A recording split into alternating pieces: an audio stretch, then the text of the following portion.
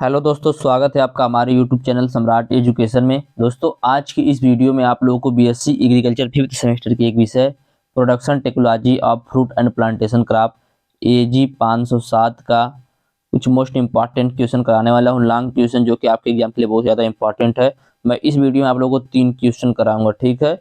3 question मैं कराने वाला हूँ। पहला मैं आप लोगों को क्राउडेड हार्टिकल्चर के बारे में बताने वाला हूँ। उसके बाद मैं आप लोगों को कल्टीवेशन ऑफ रबर के बारे में बताऊँ, कल्टीवेशन ऑफ गुआवा के बारे में बताऊंगा। उसके बाद कल्टीवेशन ऑफ रबर के बारे में बताऊंगा, ठीक है। तो 3 क्वेश्चन हम लोग इस वीडियो में पढ़ेंगे जो कि बहुत ज़्यादा इंपॉर्टेंट है। चलिए देखते हैं सबसे पहले क्राउडेड हार्टिकल्चर क्या होता है, सघन बागवानी क्या होता है, ठीक है। जैसा कि नाम से पता चल रहा है सघन, सघन का मतलब इससे क्या होगा कि हम घना अपना बागवानी करेंगे। मतलब कहने का कि छोटे से क्षेत्र में, किसी निश्चित क्षेत्र में अधिक से अधिक पौधे को इस प्रकार लगाना कि हमें उत्पादन भी अच्छा हो और पौधे की फल की गुणवत्ता भी अच्छी हो, तो उसी को बोला जाता है क्राउडेड हार्टिकल्चर या सघन बागवानी, ठीक है। चलिए अभी आप लोग को समझ में आ जाएगा।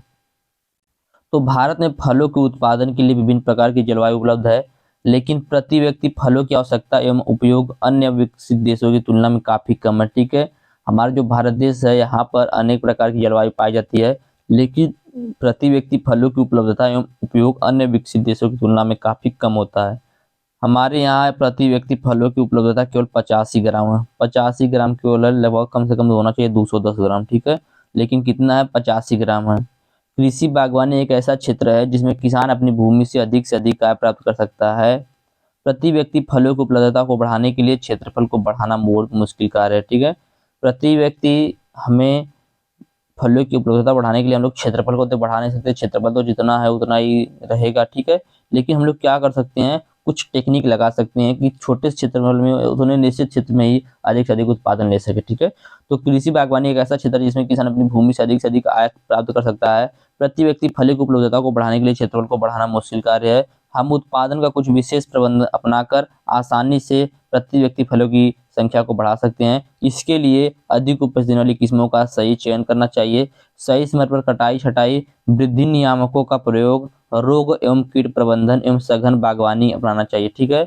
सघन बागवानी क्या समझिएगा, तो सघन बागवानी से तात्पर्य है एक निश्चित क्षेत्रफल में आधुनिक प्रबंधन के सामंजस्य से अधिक पौधों का समावेश करते हुए प्रति इकाई क्षेत्रफल से गुणवत्ता युक्त अधिक उत्पादन प्राप्त करने की प्रक्रिया को ही सघन बागवानी या क्राउडेड हार्टिकल्चर बोला जाता है, ठीक है। सघन बागवानी तात्पर्य क्या है, तो एक निश्चित क्षेत्रफल में आधुनिक प्रबंधन के सामंजस्य से या आधुनिक प्रबंधन के साथ अधिक से अधिक पौधे का समावेश करते हुए प्रति इकाई क्षेत्रफल से गुणवत्ता युक्त अधिक से अधिक उत्पादन प्राप्त करने की प्रक्रिया को ही सघन बागवानी बोला जाता है। सघन बागवानी का प्रचलन जो है सबसे पहले सेब में किया गया था। कहाँ पर किया गया था, सेब में सबसे पहले सघन बागवानी को किया गया था, जिसे 1 हेक्टेयर क्षेत्रफल से काट छाट एवं प्रबंधन की आधुनिक विधियों को अपनाकर अधिक से अधिक पौधों का समावेश करते हुए उत्पादन कई गुना अधिक प्राप्त किया गया, ठीक है। ये जो क्राउडेड हार्टिकल्चर इसका सबसे पहले प्रयोग कहाँ पर किया गया था, तो सबसे पहले इसका प्रयोग सेब में किया गया था, ठीक है। 1 हेक्टेयर क्षेत्रफल में काट एवं छाट प्रबंधन की आधुनिक विधियों को अपनाकर अधिक से अधिक पौधों को समावेश करते हुए उत्पादन को कई गुना ज्यादा प्राप्त किया गया था सबसे पहले सेब में, ठीक है। वर्तमान में भारत में इस पद्धति का उपयोग प्राय सेब, केला, पपीता, अनार, नींबू वर्गीय फल, अमरूद, लीची, आम, नाशपाती, अनानास आदि में किया जा रहा है, ठीक है।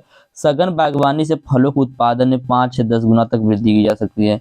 सघन बागवानी जो होता है क्राउडेड हार्टिकल्चर, इससे फलों के उत्पादन में 5 से 10 गुना तक की वृद्धि की जा सकती है, जिससे अपने देश को कुपोषण से दूर करने प्रति व्यक्ति फलों की उपलब्धता बढ़ाने एवं किसानों को आत्मनिर्भर बनाने में यह तकनीक कारगर साबित हो सकती है, ठीक है।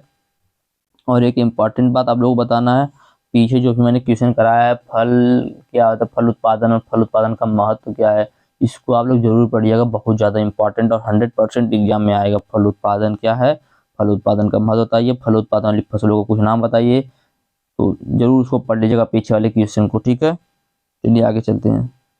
क्राउडेड हार्टिकल्चर का क्या लाभ है, ठीक है, क्या इसका एडवांटेज है, ठीक है। तो पहला है फलों की गुणवत्ता में वृद्धि होती है, ठीक है।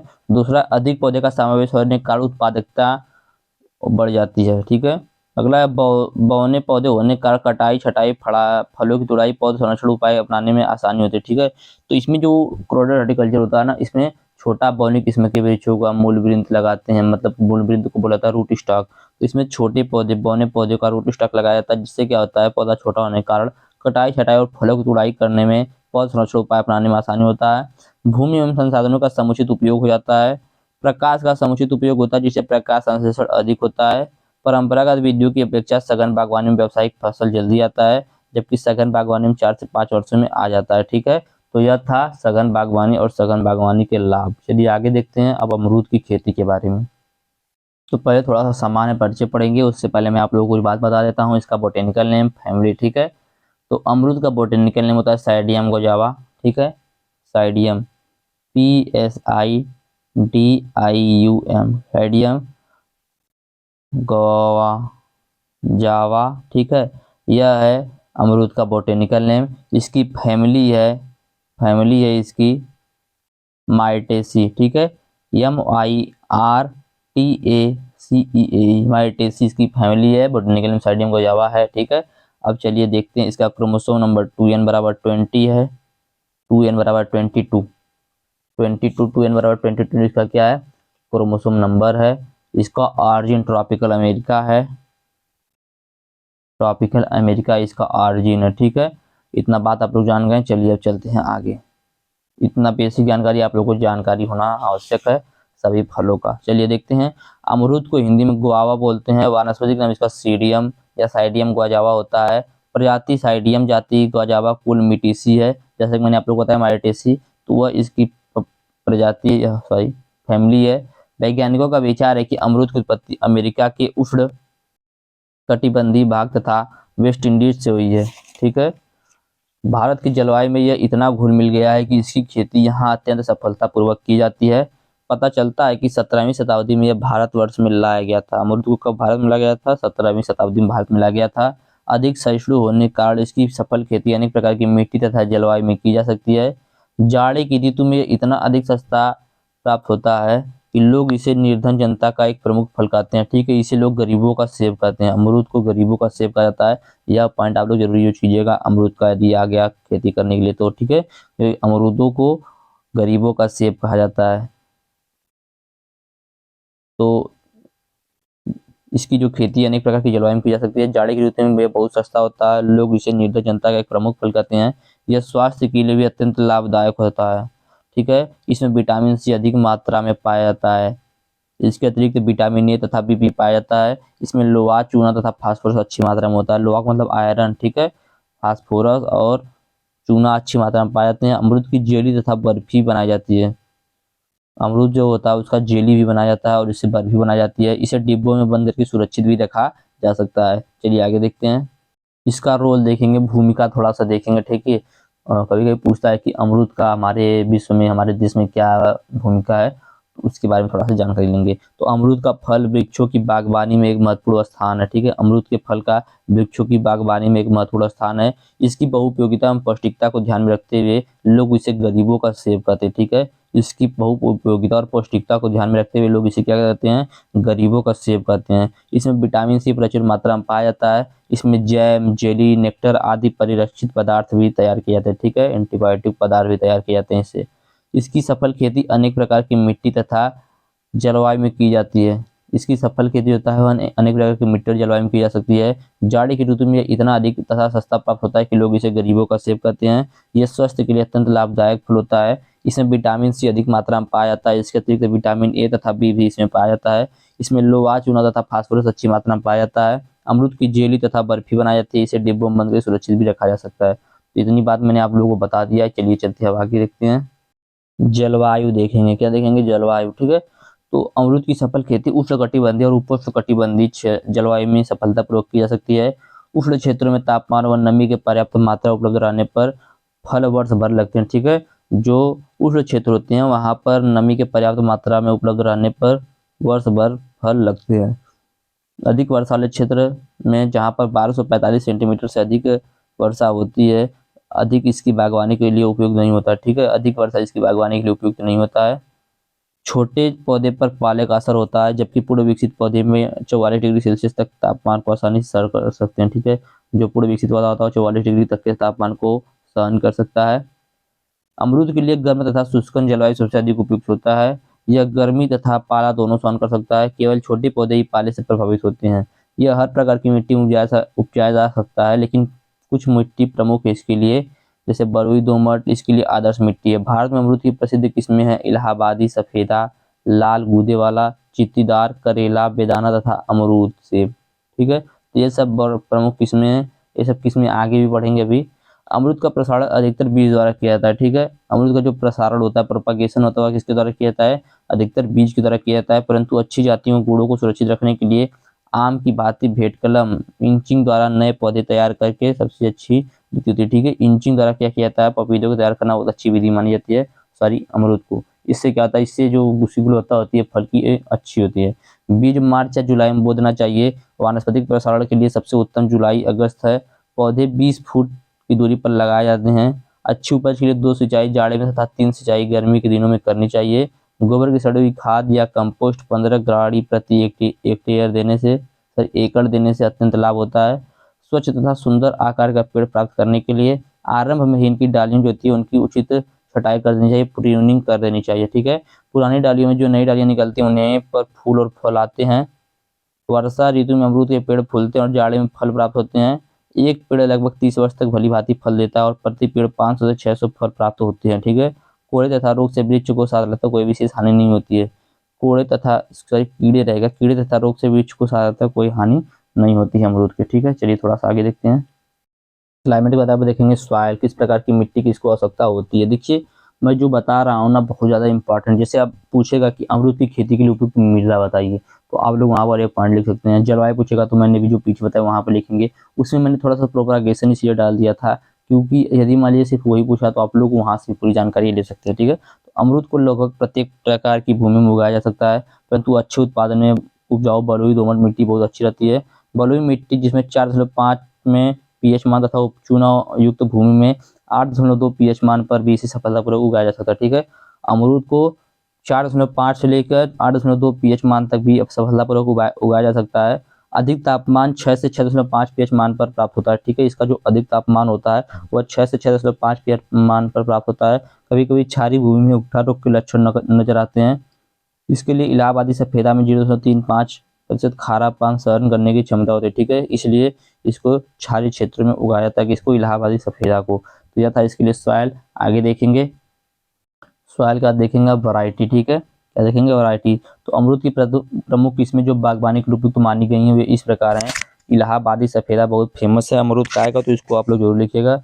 सरदार 49 लखनऊ, सेब नुमा अमरूद, इलाहाबादी सुरखा, बेयड, कोकोनट आदि। इसके अतिरिक्त चित्तीदार, रेड फ्लेश्ड, ढोकला, नासिक धारदार आदि किस्में हैं। ठीक है, तो यह थी इतनी मुख्य किस्में। इलाहाबादी सफेदा बागवानी हेतु उत्तम माना जाता है। सरदार 49 लखनऊ व्यावसायिक दृष्टि से उत्तम प्रमाणित बीज प्रमाणित हो रही है। ठीक है, इलाहाबादी सुरखा अमरूद की नई किस्म है। ठीक है, इलाहाबादी सुरखा जो है यह अमरूद की नई किस्म है। यह जाति प्राकृतिक म्यूटेंट के रूप में विकसित हुई है। यह जो प्रजाति है इलाहाबादी सुरखा, यह जाति प्राकृतिक म्यूटेंट के रूप में विकसित हुई है। बहुत इंपॉर्टेंट देखिए यह टॉपिक है, पूछेगा कि प्राकृतिक म्यूटेंट के द्वारा अमरूद की कौन सी प्रजाति विकसित हुई है, तो आप लोग लिखेंगे वहां पर क्या? इलाहाबादी सुरखा। आगे चलते हैं। पौधरोपण, हेडिंग है पौधरोपण। ठीक है, तो पौध लगाने का उचित जो समय है वह जुलाई और अगस्त का है। ठीक है, पौध लगाने का उचित समय कब है? जुलाई और अगस्त। जहाँ पर सिंचाई की व्यवस्था हो वहाँ पर फरवरी मार्च में ही लगाए जा सकते हैं पौधे। पौधे रोपण से पूर्व भूमि को अच्छी तरह जुताई करके समतल कर लेना चाहिए। उसके 6 गुना 6 मीटर की दूरी पर 60 गुना 60 सेंटीमीटर से 20 से 25 गड्ढे में 1 किलोमीटर सड़ी हुई गोबर की खाद और ऑर्गेनिक खाद और ऊपरी मिट्टी मिश्रण मिलाकर गड्ढे को अच्छी तरीके से भर देते हैं। इसके बाद खेत की सिंचाई कर देते हैं जिससे गड्ढे की मिट्टी बढ़ जाए। इस प्रकार पौधा लगाने के लिए गड्ढा तैयार हो जाता है और इसके बाद जरूरत के अनुसार गड्ढा खोदकर उसके बीच बीच में लगाकर चारों तरफ से अच्छी प्रकार दबाकर फिर हल्की सिंचाई कर देते हैं। ठीक है, इस प्रकार अमरूद का रोपण किया जाता है। आगे चलते हैं। आगे देखेंगे इरिगेशन। ठीक है, इरिगेशन मतलब क्या होता है? सिंचाई। तो पौधे में सिंचाई शरद ऋतु में 15 दिन के अंतराल पर तथा गर्मियों में 7 दिन के अंतराल पर करते रहना चाहिए, जबकि फल देने वाले पौधे से फल लेने के समय को ध्यान में रखकर सिंचाई करनी चाहिए। ठीक है, उदाहरण के लिए बरसात में फसल लेने के लिए गर्मी में सिंचाई की जाती है, जबकि सर्दी में अधिक फसल लेने के लिए गर्मी में सिंचाई नहीं करनी चाहिए। तो यह था सिंचाई के बारे में। शरद ऋतु में 15 दिन के अंतराल पर और गर्मी में 7 दिन के अंतराल पर सिंचाई करना चाहिए। खरपतवार नियंत्रण देखेंगे तो नव स्थापित उड़ान में या पौधे में 10 से 15 दिन के अंतर पर थालों की निराई गुड़ाई करके खरपतवार को निकाल लेते हैं। जब पौधे बड़े हो जाते हैं तब वर्षा ऋतु में बाग की जुताई कर देते हैं, जिससे खरपतवार नष्ट हो जाते हैं। ठीक है, तो ज़्यादा खरपतवार नहीं लगते हैं, क्योंकि अमरूद जो होता है एक पेड़ है जो जल्दी से ऊपर चल जाता है। जब तक वो नीचे रहता है उसकी जड़ों के आसपास की घास फूस को निकालते रहते हैं। ठीक है, समय समय पर। चलिए आगे देखते हैं। कीट नियंत्रण। तो अमरूद में कीड़े व बीमारी का प्रकोप मुख्य रूप से वर्षा ऋतु में होता है, जिससे पौधे में वृद्धि तथा फलों की गुणवत्ता दोनों पर बुरा प्रभाव पड़ता है। अमरूद के पेड़ में मुख्य रूप से छाल खाने वाले कीड़े तथा फल छेदक, फल में अंडे देने वाली मक्खी, शाखा भेदक आदि कीट लगते हैं। इन कीटों के प्रकोप से बचने के लिए नीम की पत्तियों को उबले पानी का छिड़काव करना चाहिए। आवश्यकता पड़ने पर कीट लगे पौधे को नष्ट कर देना चाहिए। ठीक है, कीट लगा पौधा नष्ट भी कर देना चाहिए। आगे देखेंगे रोग नियंत्रण। तो अमरूद में बीमारियों का प्रकोप मुख्य रूप से वर्षा ऋतु में होता है, जिससे कि पौधे की वृद्धि तथा फलों की गुणवत्ता दोनों पर बुरा प्रभाव पड़ता है। अमरूद के प्रमुख रोग उकठा रोग, तना कैंसर आदि। भूमि की नमी भी उकठा रोग को फैलाने में सहायक होती है, और रोगी पौधे को तुरंत निकाल कर नष्ट कर देना चाहिए। तथा कैंसर रोग फाइसेलोस्पोरा नामक कवक द्वारा होता है। ठीक है, इनमें जो कैंसर होता है अमरूद में, आप लोग देखे होंगे क्या होता है, काला काला होता है कहीं कहीं पर, जगह जगह पर। ठीक है, तो यह फाइसेलोस्पोरा नामक कवक के द्वारा होता है। इसकी रोकथाम के लिए ग्रेसिड डालियों को काटकर जला देना चाहिए तथा कटे भाग पर ग्रीस लगाकर बंद कर देना चाहिए। तो यह था रोग नियंत्रण। आगे देखते हैं हार्वेस्टिंग एंड यील्डिंग। ठीक है, फलों की तुड़ाई और उपज। तो फूल आने के लगभग 120 से 140 दिन बाद फल पकने शुरू हो जाते हैं। जब फलों का रंग हरा से हल्का पीला पड़ने लगे तब इसकी तुड़ाई कर लेते हैं। अमरूद की उपज की इसमें देख रेख और उम्र पर निर्भर होती है। एक पूर्ण विकसित अमरूद के पौधे से प्रतिवर्ष 400 से 600 फल तक प्राप्त होते हैं। ठीक है, एक पूर्ण विकसित अमरूद के पौधे से प्रतिवर्ष 400 से 600 फल तक प्राप्त होते हैं, जिनका वजन 125 से 150 किलोग्राम होता है। इसकी भंडारण क्षमता बहुत कम होती है, इसलिए इनकी प्रतिदिन तुड़ाई करके बाजार में बेचते रहना चाहिए। ठीक है, इनकी जो भंडारण क्षमता होती है बहुत कम अवधि का होता है, इसलिए प्रतिदिन इसको तोड़कर बाजार में बेचते रहना चाहिए। तो यह था अमरूद की खेती के बारे में, जो कि मैंने बताया। प्रति पेड़ कितना उत्पादन प्राप्त होता है, तो 125 से 150 किलोग्राम, और 400 से 600 फल प्राप्त होता है। और वजन के हिसाब से मानेंगे तो 125 से 150 किलोग्राम प्रति पौधे से उपज प्राप्त होता है। इसकी तुड़ाई कब करनी चाहिए, जब पौधे हल्के हरे से हल्का पीला पड़ने लगे, उस समय इसकी तुड़ाई कर लेनी चाहिए। तो इसका हार्वेस्टिंग और यील्डिंग था। चलिए देखते हैं आगे देखेंगे रबर की खेती। ठीक है, क्वेश्चन, रबर के पौधे की खेती का वर्णन कीजिए। रबर के पौधे की खेती का वर्णन कीजिए। तो इसके बारे में देखेंगे, थोड़ा जल्दी जल्दी देखेंगे, क्योंकि टाइम आ जाइए, आप लोगों को एग्जाम है और टाइम बहुत कम है। कल कुछ टेक्निकल इशू कारण टेक्निकल खराबी के कारण वीडियो नहीं अपलोड हो पाया था, और एक वीडियो मैंने अपलोड किया था तो उसमें आवाज़ भी नहीं आया। चलिए देखते हैं। सबसे पहले रबर जो होता है उसका बोटेनिकल नेम। तो रबर का बोटेनिकल नेम क्या होता है, जिसका बोटेनिकल नेम होता है हेविया ब्रिजिलेसिस। हेविया ब्रेजिलेंसिस इसका बोटेनिकल नेम होता है। किसका, रबर का। याद रखिएगा, बोटेनिकल नेम ब्रेजिया हेविलेंसिस। ठीक है, फैमिली इसकी कौन सी है, तो यूफोरबिएसी इसकी फैमिली है। मैं ऐसे लिख दिया, ऐसे नहीं लिखा जाएगा। ठीक है, यूफोरबिएसी फैमिली इसकी है। ठीक है, किसकी, रबर की। याद रखिएगा, रबर का बोटेनिकल नेम क्या है, रबर का बोटेनिकल नेम हेविया ब्रिजिलेंसिस, फैमिली है यूफोरबिएसी। चलिए देखते हैं इसके बारे में थोड़ा सामान्य परिचय। तो रबर प्राकृतिक रूप से 79 कुलों तथा 311 वंशों की 395 जातियों के पौधों के सफेद रस में पाई जाती है। उस सफेद रस को लैटेक्स बोला जाता है। एग्जाम में लैटेक्स क्या होता है पूछता है, तो लैटेक्स क्या था मैं थोड़ा सा इसको समझाना चाहूंगा आप लोगों को। रबर का पौधा होता है, इसकी छाल को थोड़ा सा छील कर छोड़ दिया जाता है, तो यहाँ से दूध के रंग का या सफेद कलर का क्या निकलता है, एक दूध जैसा पदार्थ निकलता है, जो इसे लैटेक्स बोलते हैं, और इसी से में रबर भी प्राप्त होता है, इसी से रबर बनता भी है। ठीक है, तो रबर प्राकृतिक रूप से 79 कुलों तथा 311 वंशों की 395 जातियों के पौधे के सफेद रस में पाई जाती है। इनमें से केवल कुछ ही जातियां व्यावसायिक रूप से पैदा की जाती हैं। पैरा रबर का पेड़, ठीक है, हेविया ब्रिजिलेंसिस रबर उद्योग के लिए अधिक महत्व का समझा जाता है। जो पैरा रबर का पेड़ है, या बोल सकते हैं हेविया ब्रिजिलेंसिस, रबर उद्योग के लिए सबसे अधिक महत्व का समझा जाता है। इसका जन्म स्थान ब्राजील है। ठीक है, रबर का जन्म स्थान कहाँ है, ओरिजिन कहाँ पर है, ब्राजील है, जहाँ से यह 1876 में ट्रॉपिकल एशिया में प्रविष्ट हुआ। इस समय यह एशिया के मैदानी क्षेत्र Indonesia, Thailand, Malaysia, China, Bharat तथा श्रीलंका में उगाया जाता है। क्षेत्र के हिसाब से भारत विश्व में 5वें नंबर पर तथा पैदावार में चौथे नंबर पर आता है। ठीक है, भारत का जो है पूरे विश्व में क्षेत्रफल की दृष्टि से चौथा 5वां नंबर है और उत्पादन की दृष्टि से चौथा नंबर है। ठीक है, तो यह था इसके बारे में थोड़ी सी बेसिक जानकारी। चलिए आगे देखते हैं अब। इसका पौधा कठोर, अधिक ऊंचाई वाला तथा शीघ्र बढ़ने वाला होता है। इसकी ऊंचाई 18 से 30 मीटर तथा सीधा तथा शाखाएं जमीन के धरातल से 3 से 5 मीटर की ऊंचाई से निकलनी शुरू होती हैं तथा ऊपर फैलने वाला अच्छा ढांचा बनाकर तैयार करती हैं। ठीक है, इसके लिए कैसी जलवायु की सुविधा चाहिए, तो इसकी खेती के लिए कम से कम 200 सेंटीमीटर प्रति वर्ष जो समान रूप से वितरित हो। ठीक है, इसके लिए 200 सेंटीमीटर प्रति वर्षा वाला क्षेत्र चाहिए। यह गर्मतर जलवायु 21 से 35 डिग्री सेंटीग्रेड पर तापमान पसंद करता है। ठीक है, 21 से 35 डिग्री सेंटीग्रेड तापमान जो होता है रबर की खेती के लिए उपयुक्त होता है। यह 1-2 माह सूखे की स्थिति में रह सकता है, लेकिन इससे अधिक समय तक सूखा नुकसानदायक होता है। यह समुद्र तल से 450 से 600 मीटर की ऊंचाई तक उत्पन्न किया जा सकता है। अगला है मिट्टी। इसके लिए किस प्रकार की मिट्टी आवश्यकता होती है, तो अच्छी वृद्धि दोमट मिट्टी में होती है। मिट्टी की गहराई अधिक तथा जल निकास अच्छा होना चाहिए। प्रोपागेशन की बात करें, प्रसारण की, तो पुराने समय में रबर के पौधे बिना चुने हुए पौधे से पैदा किए जाते थे, जिससे उनकी पैदावार बहुत कम थी। लेकिन इस समय बहुत जमाना बदल गया है। इस समय चुनाव तथा वानस्पतिक प्रसारण की विधियां अपनाकर अब अच्छी किस्में पैदा कर ली गई हैं। ठीक है, रबर के पौधे को बीज तथा कलिकाएं दोनों ही विधियों द्वारा पैदा किया जाता है। इसके बीजों को शीघ्र बो देना चाहिए, क्योंकि इससे आजीविका या विएबिलिटी बोलते हैं जो वह कम होती है। इसके बीजों के बोने के लिए पहले नर्सरी तैयार की जाती है।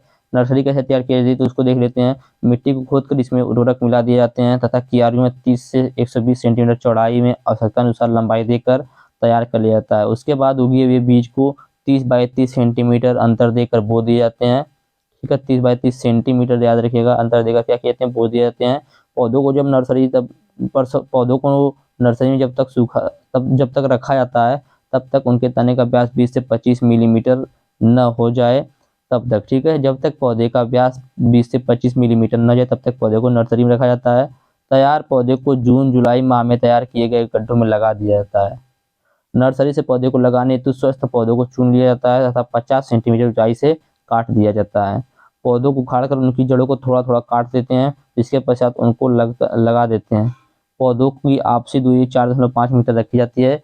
इस प्रकार 1 हेक्टेयर क्षेत्र में 500 पौधे लग जाते हैं। कभी कभी बीजों के अस्थायी स्थान पर बोया जाता है। प्रति गड्ढा 3 बीज बोते हैं। जब बीज उगकर बड़े होते हैं तो प्रति गड्ढा केवल एक स्वस्थ पौधे को छोड़कर शेष को काट देते हैं। ठीक है, 3 चीजें रखते हैं कि क्या पता कि कोई एक न जामे तो एक तो जाम जाएगा। ठीक है, अगला है पौधे की देखभाल, केयर ऑफ प्लांट। तो भारत में उत्पन्न किए जाने वाले रबर के वृक्षों के क्षेत्रफल का अधिकांश भाग 2 लाख के ऊपर है। ठीक है, अधिकांश भाग एक पतली पट्टी के रूप में कन्याकुमारी जिले से तमिलनाडु के दक्षिणी पश्चिमी उत्तर में कर्नाटक के गुर्ग जिले पश्चिमी घाट के पश्चिम तथा उसके समानांतर लगभग 400 किलोमीटर तक सीमित होता है। ठीक है, मैं थोड़ा सा जल्दी बोल रहा हूँ क्योंकि टाइम बहुत कम है इसकी वजह से, और इसमें कुछ समझाने वाला नहीं है, तो इसलिए मैं थोड़ा जहाँ पे समझाने वाला वहाँ पे बता दे रहा हूँ। इसकी खेती प्रमुख रूप से लेटराइटिक मिट्टी में, जो कि अधिक पोरस, अच्छे जल निकास तथा अधिक अम्लीय होती है, वहाँ पर की जाती है। मिट्टी के कटाव को रोकने हेतु पौधे की पंक्तियों के मध्य आवरण सस्य जैसे कि यूरेसिया, पेगोलियस तथा मुकना बैक्टीरिया पैदा किया जाता है। यह आवरण सस्य भूमि कटाव रोकने के साथ साथ मिट्टी के तापक्रम को सीमित रखती है। ठीक है, साथ ही साथ खरपतवारों की वृद्धि में भी रुकावट पैदा करती है। अब इसी घास पात रहित खेती की संतति नहीं की जाती। ठीक है, अब इसी घास पात रहित खेती की संतति नहीं की जाती। तो यह था इसका प्लांट प्रोटेक्शन, या बोल सकते हैं पौधे की देखभाल, केयर ऑफ प्लांट। आगे देखते हैं। अगला पॉइंट है मैन्यूरिंग, खाद देना। तो पौधे से रबर की अधिक पैदावार लेने के लिए रबर के पौधे को खाद नियमित रूप से देने चाहिए। ठीक है, तो नियमित रूप से पौधे लगाने से लेकर आर्थिक लाभ देने तक खाद को देना चाहिए पौधे को। खाद की मात्रा पौधे की उम्र के अनुसार भिन्नता रखती है। पौधे लगाने के पहले वर्ष एनपीके जो है उसमें मैग्नीशियम मिश्रण की 10/10 रेशियो 10 रेशियो 10 रेशियो 4 रेशियो 1.5 में 225 ग्राम मात्रा प्रति वृक्ष एक बार में दे दी जाती है। दूसरे वर्ष मिश्रण की 900 ग्राम तथा तीसरे वर्ष 1100 ग्राम मात्रा 2 बार देनी चाहिए। ठीक है, तो यह हम खाद देने के लिए कितना होना चाहिए, तो 10/4 रेशियो 1.5 की रेशियो से 225 ग्राम प्रति वृक्ष में एक बार देनी चाहिए। ठीक है, आगे देखेंगे इरिगेशन, सिंचाई। तो रबर के पौधे अधिक वर्षा वाले क्षेत्रों में पैदा किए जाते हैं, इसलिए इसे सिंचाई की आवश्यकता नहीं होती है। छोटे पौधे को आवश्यकता के समय पानी दे देना चाहिए, हालांकि इसको सूखे क्षेत्रों जैसे उत्तर कोन में सफलतापूर्वक पैदा किया जाता है। आगे देखेंगे टाइपिंग। तो टाइपिंग मतलब क्या होता है, देखिए यहाँ में पूछ सकता है टाइपिंग मैंने आप लोगों को बताया था कि इसके छाल को थोड़ा सा छील लेंगे, छीलने के बाद वहां से जो रस निकलता है, जो वहां से दुग्ध जैसा पदार्थ निकलता है, उसी को क्या बोला जाता है, उसी को बोला जाता है लैटेक्स। और यह जो लैटेक्स निकालने की प्रक्रिया होती है इसको बोला जाता है टाइपिंग। ठीक है, तो टाइपिंग क्रिया द्वारा रबर के पौधे की छाल में से सफेद रस लैटेक्स प्राप्त किया जाता है। टेपिंग सीमित घाव बनाने की क्रिया होती है, जिसके अंदर से छाल की पतली तह को निकाल दी जाती है, जिससे सफेद रस का रिसाव अधिक हो सके। रबर के पेड़ की छाल की बाहरी परत काफी कड़ी होती है तथा अंदर मुलायम होता है। सफेद रस की कोशिकाएं एक क्रम में वलय आकृति में होती हैं, एदाब बोल सकते हैं इसको, या कैम्बियम की तरफ उनकी संख्या अधिक होती है। ये सीधे तरफ न्यूनकोण पर लंबवत होती हैं। ठीक है, टेपिंग कटाने पेड़ के आधे व्यास में ऊपर से दाहिनी तरफ ढलान देकर की जाती हैं। ठीक है, जैसे मैं आपको थोड़ा सा दिखा देता हूँ, ये पौधा है। ठीक है, यहाँ पर मान लीजिए इसके छिलको छीलेंगे तो यहाँ पर एक सिस्टम लगाएंगे, एक बर्तन लगाएंगे, जिसमें इसमें से निकलने जो लैटेक्स होता है उस बर्तन में यहाँ पर जाए, और बर्तन जो है थोड़ा सा नीचे इस प्रकार से झुका कर लगाते हैं। ठीक है, जिससे यह रस जो उसमें जाकर गिर पाए। ठीक है, यही बोल रहा है यहाँ पर। तो टेपिंग काटने के पेड़ के आधे व्यास में ऊपर से दाहिनी तरफ ढलान देकर तैयार की जाती है। कटाने एक लंबवत घाव की तरह होती है, जिनके आधार पर जिंक स्पाउट लगा दिया जाता है। क्या लगा दिया जाता है? जिंक स्पाउट लगा दिया जाता है। स्पाउट के नीचे नारियल का सेल रख देते हैं, जिसमें सफेद रस इकट्ठा होता है। टेपिंग की क्रिया सुबह के समय करनी चाहिए, जब सफेद रस का बहाव अधिक होता है। दक्षिण भारत में कटान लगाने वाला व्यक्ति एक दिन में 250 से 400 पौधे पर कटाने तैयार कर लेता है। 2 से 3 घंटों में जब लेटेक्स का बहाव बंद हो जाता है तो इसको विकेट्स में इकट्ठा करके जमा घर अथवा फैक्ट्री को भेज दिया जाता है। अधिक पैदावार के लिए कटान गहरी होनी चाहिए, लेकिन यह ध्यान रखना चाहिए कि अधिक पैदावार लेने के लिए कटान तो गहरी होनी चाहिए, लेकिन एधा परत जो कैवियम है वह न कट पाए। ठीक है, टेपिंग की क्रिया 2 दिन में एक बार करनी चाहिए। ठीक है, कलिकायन जो पेड़ बडिंग द्वारा जो पेड़ तैयार किया गया वहां पर 2 दिन में एक बार करनी चाहिए, और पेड़ तथा 3 दिन में एक बार बीज से तैयार पौधे में करना चाहिए। आगे देखेंगे वैरायटी। क्या देखेंगे? वैरायटी। तो दक्षिण पूर्वी एशिया तथा दक्षिण अमेरिका में इसकी बहुत सी प्रजातियां निकाली गई हैं। भारत में इसकी अधिकतर प्रजाति मलेशिया से लाई गई है, जैसे RRIM, PM तथा ग्लेन्स हेल, जया, सुमित्रा। ठीक है, श्रीलंका। भारत की प्रजाति rubber research institute of India, RRII। याद रखिएगा, इंपॉर्टेंट है, एग्जाम पूछेगा 1 नंबर में। RRRI का पूरा नाम, RRII सॉरी, इसका पूरा नाम है rubber research institute of India. तो उससे निकाली गई है। ठीक है, जो विदेशी प्रजातियों से अच्छी है। नवीन प्रजातियों की पैदावार 2000 से 3000 किलोग्राम प्रति हेक्टेयर प्रति वर्ष है, जबकि पुरानी प्रजातियों की पैदावार 1000 किलोग्राम प्रति हेक्टेयर प्रति वर्ष, मतलब इसका दुगना उत्पादन हो गया है नई प्रजाति से। आगे देखेंगे कीट एवं बीमारियां। तो कीट और बीमारी इसके लिए इंपॉर्टेंट नहीं है, इसलिए हम लोग यहीं तक देखेंगे। उम्मीद करते हैं वीडियो आप लोगों को अच्छा लगा होगा। वीडियो अच्छा लगा है तो वीडियो को लाइक कीजिएगा, चैनल को सब्सक्राइब कीजिएगा और अपने दोस्तों के पास शेयर भी जरूर कीजिएगा। धन्यवाद। जय हिंद।